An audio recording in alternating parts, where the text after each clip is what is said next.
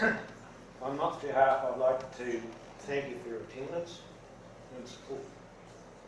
It's unfortunate, but pressure of the business has prevented them coming today, because it would have been really good to have him here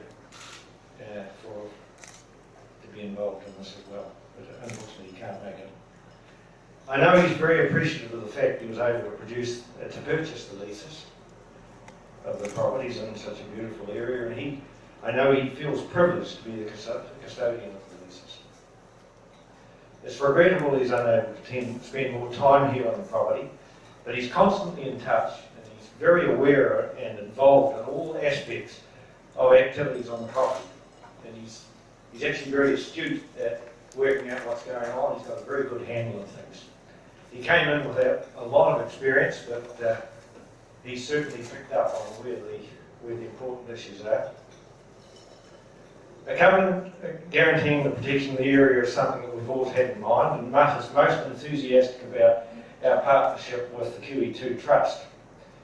He's most appreciative of the contribution of the various parties today, because there are a lot of parties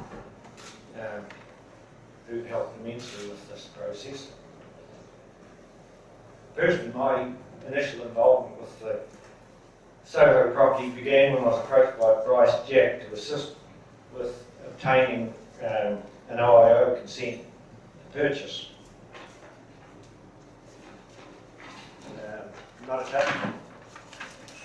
Motatapu and Soho stations, and that was an interesting mission, but we eventually worked our way through that, and consent was approved, at which time Mutt asked me to supervise the properties. I must admit I was a bit reluctant at the time, but agreed to do it for 3 years. It was not long before I realised the calibre of who I was dealing with and the scale of his vision, and needless to say, that's why I'm still fully committed after 10 years. It's certainly an important thing, and I personally see it as a real privilege to be involved. Over the past years, we've concentrated on improving the lower country, and this has enabled us to exclude stock from virtually all the riparian areas, wetlands, higher tussock lands, and the high tops. The withdrawal of stock from these areas has resulted in substantial natural regeneration of the native flora, along with our planting program. And the result has been a much improved bird habitat. The improved habitat, coupled with a robust predator control program, has already resulted in a noticeable increase in the bird numbers. It's only a start, but we feel that we are making progress. Apart from the obvious pleasure of having a healthy bird population, we think that the birds are of huge importance going forward. You know, given so many of our plant species rely on birds to distribute seeds. So without a healthy bird population, I think that we struggle to have a healthy forest. We're also currently engaged with Motatapu and DOC in a joint venture to reintroduce buff weka into the area. We're 3 years down the track on that, and we're pretty hopeful that's going pretty well. We're not at the stage where we can release them, but we've got birds breeding successfully on the place, and hopefully in the next year or two we'll see a release of weka back on the mainland. And that we'll see this expanded to include other species of native birds. We're very keen. See other species introduced as well, or reintroduced. Public access is also something Mutt has been keen to encourage, and we're working with walking access to establish a number of walking tracks. There has also been a significant investment committed to the farmed area, not under covenant, and that farm is now actually performing quite well. People should be aware that the farmed area will not be open to the public that's excluding the day that we have the Motatapu race that's run by the Queenstown Trails Trust. So every year there's an annual event goes through the valley. I'm sure there's quite a few here that are involved, and it seems quite very popular. Parts of this area are very familiar to a lot of people. You know, the Arrow River, trip up to Macetown, and Skippers. A lot of people go to Skippers and on up to the branches. It's got a lot of history, and it's very popular with the public today. The history goes back to the mining era and on beyond prior to human occupation, when it was an integral part of the tribal territory and subject to regular birding and eeling expeditions. Last week, I had a meeting with Edward Ellison and some of his members from the Motatapu, and Edward recounted the story of an ancestor of his, Matt's, Rania Era Ellison. Now, Trish said I would never be able to pronounce that. I've made an honest attempt. Now, he was credited with finding gold at Mary Point, and which resulted in a major gold rush in the upper Shotover. Ed was explaining he also, their party got a bit low on food at one stage, and he was he swam a flooded Shotover River and caught some weka on the other side, so there were weka there at that time, and kept the party alive. And when I was travelling home that night, I couldn't help but think about the degree of change that Rania Era would have seen in his lifetime. You know, the area would go from what was a very tranquil location with a lot of bird life, periodic visits by the Ngāi tribe, to the mayhem of the gold rush and being invaded by hordes of miners during that period. Mary Point alone was reputed to have had up to 2,000 miners active at the peak of the rush. He would have seen the country literally ripped apart. You know, the first rush, alluvial miners were working in basically getting alluvial gold. And then they were followed by huge sluicing operations, dredgers working in the river, and then the reef mining with batteries. It would have been chaotic. The birds would have been gone in very short time. The change would have been quite dramatic, and I'm sure he could never have imagined what the end result would be. I think viewed from a Maori perspective, the impact of the discovery would be, there was nothing short of catastrophic.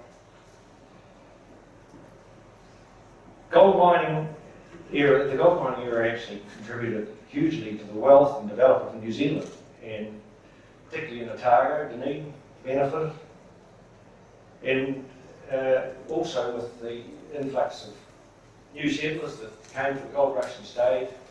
It gave New Zealand as we know it now a huge boost in a direction, but I don't think we should ever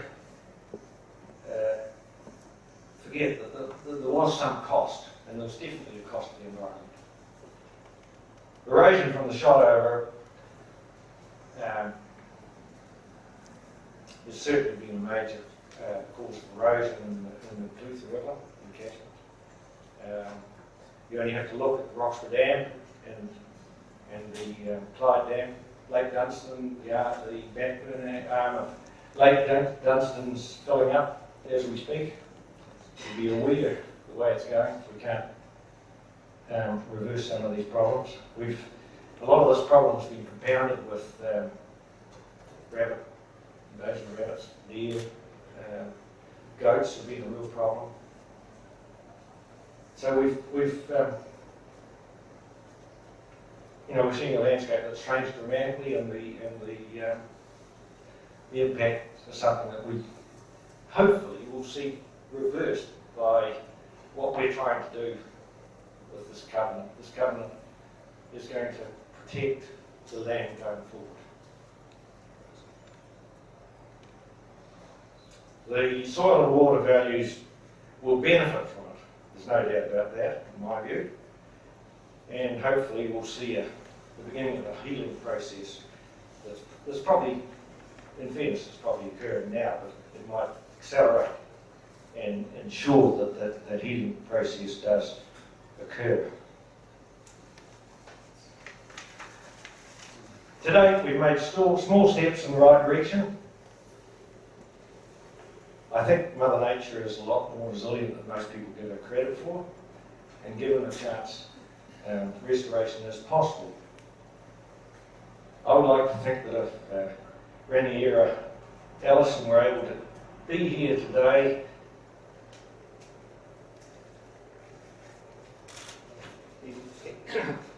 he might give it on for approval. Thank you.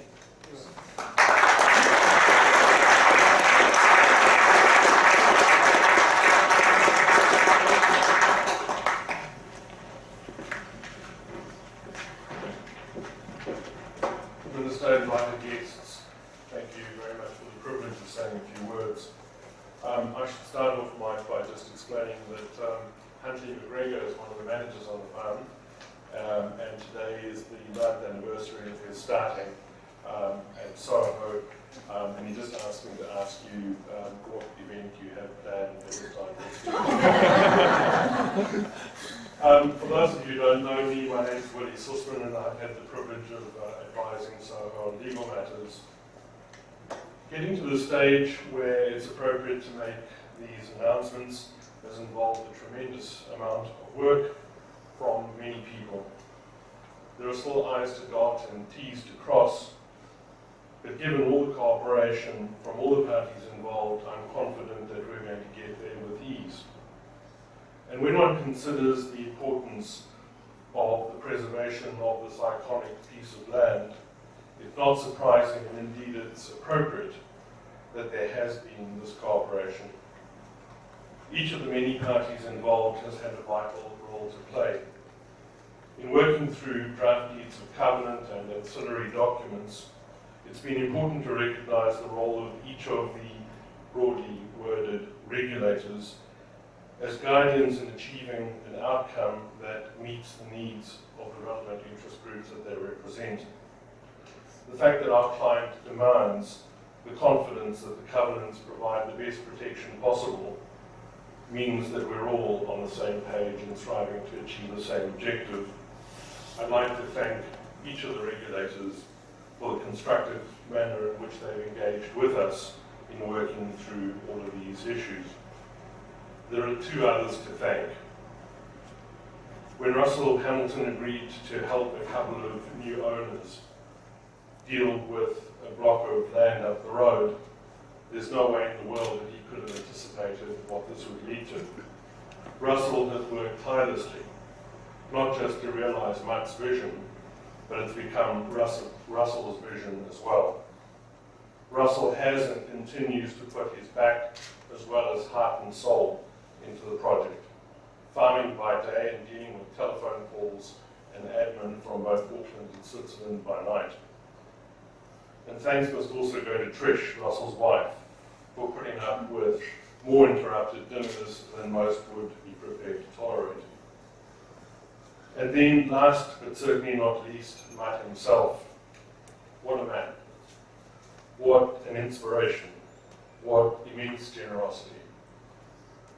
As a musical genius who has produced albums for the likes of AC/DC, Def Leppard, the Boomtown Rats, Foreigner, Bryan Adams, and so the list goes on, it's perhaps strange that he should shun the limelight as he does, but he's an exceptionally private person. It would be nice to find some way for New Zealand to recognise Mutt, even if only to encourage others to follow in his footsteps. It continues to be a privilege to work with Mutt and Russell and share in a small way in the vision for a better tomorrow. Thank you.